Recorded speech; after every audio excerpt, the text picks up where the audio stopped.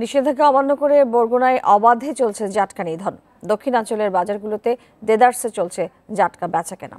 সরকারি সহায়তা না পেয়ে মাছ ধরতে বাধ্য হচ্ছেন বলে দাবি জেলেদের। অন্যদিকে তালিকা তৈরির পর শিগগিরই প্রণোদনা দেওয়া হবে বলে আশ্বাস দিয়েছে জেলা প্রশাসন।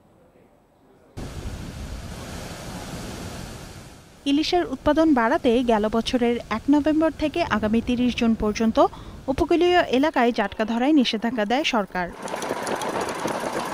এ সময় প্রত্যেককে ২ দফায় ৪০ কেজি করে চাল দেওয়ার কথা থাকলেও এখন পর্যন্ত সহায়তা না পাওয়ার অভিযোগ জেলেদের। তাই বাধ্য হয়েই সাগরে মাছ ধরতে যাচ্ছেন জেলেরা। এরকম কোনো সিগন্যাল আমাদেরকে কোনো বাহিনী দেয় নাই বা কোনো মাইকিনও হয় নাই। যদি হইতো তাহলে আমাদের জাল ধরে আমরা সেভ করতাম। সরকার কিছু ঝাটকি চাউল দেয় বা যদি কিছু টাকা পয়সা দেয় তাহলে আমরা ওইটা খাইয়া সংসার নির্ভর করতে পারি। ওই ঝাটকি মাছ আমাকে ধরা লাগে না। জেলা প্রশাসন জানিয়েছে জেলে নিবন্ধনের কাজ চলছে। তালিকা শেষে শিগগিরই খাদ্য সহায়তা দেয়া হবে।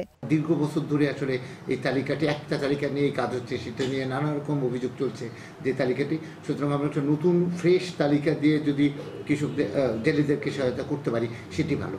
আগামী সর্বোচ্চ ২ সপ্তাহের মধ্যে আমরা নতুন একটা তালিকা সহ আমরা জেলেদেরকে সহায়তা করতে পারবো। বরগুনায় প্রায় ৬৫,০০০ মৎস্যজীবী রয়েছেন। পরিস্থিতি বিবেচনায় দ্রুত পদক্ষেপ নেওয়ার দাবি সংশ্লিষ্টদের। Independent news desk.